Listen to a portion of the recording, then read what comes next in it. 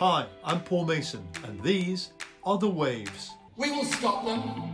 Labour won't let Donald Trump get his hands on our national health service. It's the 31st of October, what should have been Brexit Day.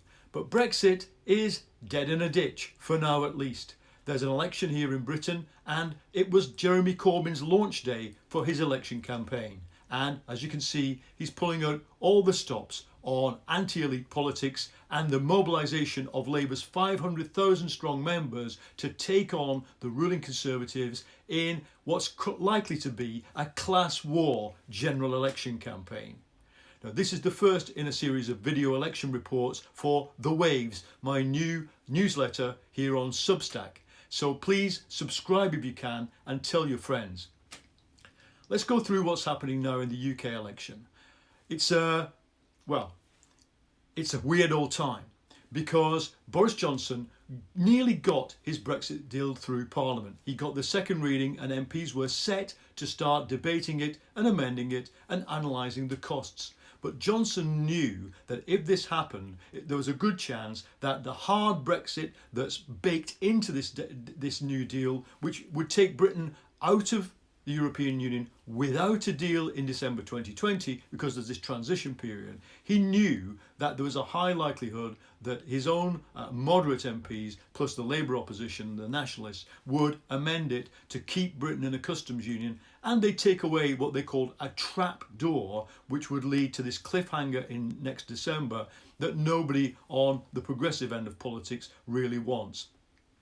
So that was the Brexit deal scuppered. And for the last few days, Johnson was trying to get MPs to sign up to an election. Once Europe gave him the extension, so we're in yet another limbo land until the 31st of January, Labour pressed the button and today went straight out onto the offensive. As you saw there, Jeremy Corbyn pulling out all the stops to attack the Conservatives on the vastly unequal nature of British society and the big issue of the day, which is the revelation that Johnson's ministers and their officials have been meeting in secret the US drug companies 11 times to discuss what? To discuss opening up the British market with a trade deal with the Americans to American drug companies, because our National Health Service uses its buying power to buy drugs cheaply and uses a lot of generic drugs to cut costs. The American companies don't like that, and they're trying to make a condition of the trade deal after Brexit the idea that Britain signs up to American-style drug pricing, which is astronomical. And so the crowd at Corbyn's launch today he had a set of slogans, but they almost made up the slogan of the campaign, and it's going to be not for sale. Our National Health Service is not for sale, and no matter how many times the Conservatives say it, the public doesn't seem to believe it. So that's the good news for Corbyn. The bad news is the polls. You can look at poll trackers and they vary day to day, but since May this has been the position. Because Corbyn refused then in May to sign up to the idea of offering people a second referendum whatever happens with Brexit, a whole chunk of voters switched to the Liberal Democrats in the polls and of course in the European elections and some local elections. And so this gap opened up. Labour's support, which had been pretty good actually for an opposition with a very radical policy and a leader who's constantly vilified, suddenly started to slide and the Lib Dems rose. Now that is what Corbyn needs to squeeze, and it needs to be squeezed for the Labour side, either through tactical voting towards the end of it, where people in horror say, well, look, it's either we lend our votes to Johnson or we lend our votes to Corbyn, or it's a Johnson 5-year premiership, or through argument. And I think Corbyn had a good crack today at the argument, but the polls aren't moving yet, and so Labour are there round about 21, 22, 23, the Lib Dems about 5 behind them, and the Tories 40 and above. Now, to outsiders, and indeed, to be honest, even to people who followed British politics, there is, however, a very strange situation embodied in these polls. We've got now 4 parties vying in a 2-party system, in a first past the post electoral system locally, which means that anything could happen. So whatever the polls say, it could go like this. On the right, we've got the Brexit Party on about 10-12%. it's giving clear signals that it won't stand nationally. Now, this is a big downer for them because they don't get the national access to the news, but they're going to use what they use in the Brexit campaign, all the dark advertising they can, Twitter's recent ban notwithstanding. They'll use all the digital media they can to try and move opinion, but their main attack is going to be on Labour. So they're going to stand in 20 or 40 Labour seats to try and take out Labour. That depends very much on whether Johnson plays ball with that, because Johnson has to stand candidates in every seat, and most Conservative candidates do want to win. So we'll see. On the progressive side, as I say, the progressive anti-Brexit vote is now split between the Liberal Democrats and Labour. And Corbyn made a very clear pitch today to those voters, offering them what he didn't offer in May: a second referendum, come what may, and very clear signals from Corbyn's own MPs that in that referendum, most of them will be voting to stay in Europe. Uncertainty. Labour will get Brexit sorted by giving the people the final say in 6 months. Britain needs to get beyond Brexit. Now, the coming election on the 12th of December is going to be unusual not only for its lateness in the year. I mean, it's sunset in the north of England and Scotland at about 3:30 in the afternoon.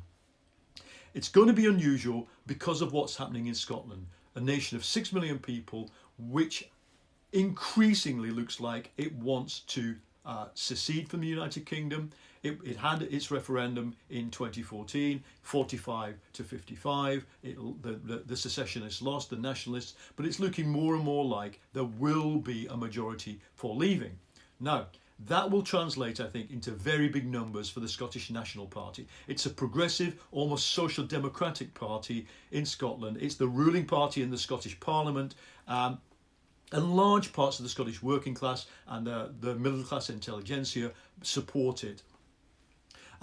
Now, if the Scots Nats wipe the Tories out, as I think they will, they'll wipe out all 13 of the Tory seats in Scotland and take about half of Labour's, they'll be hegemonic, they'll be dominant in Scotland. Now, what this means is, how are you going to have a government in Westminster without a Scottish party that represents Scotland in the government?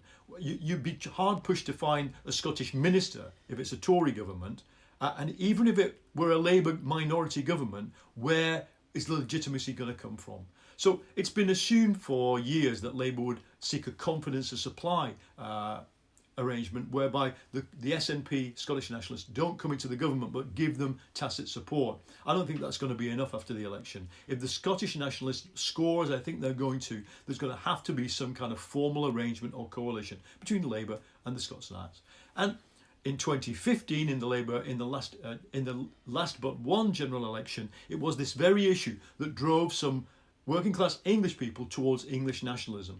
They just didn't like the idea. That whole theme and dynamic has been way superseded now by Brexit. All the people who didn't like the idea of the Scots having a formal role in the government, they're now Brexiteers. So the critical battlegrounds are going to be between Labour and the Lib Dems in seats that one of them can take.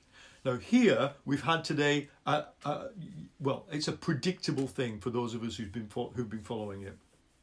One of the anti-Brexit campaigns, Best for Britain, which is the most sort of elite, the most bourgeois, the most kind of Europhile, has started to put out a very strange set of tactical voting numbers, which is advocating something like 100 Lib Dem candidates in seats that an objective observer would say no way can they win. So there's huge furore there. It's not going to matter until the last few days of the campaign, when swing voters start to really look at, well, who's going to win? And they start thinking, shall I switch my vote at the last minute just to keep Johnson out?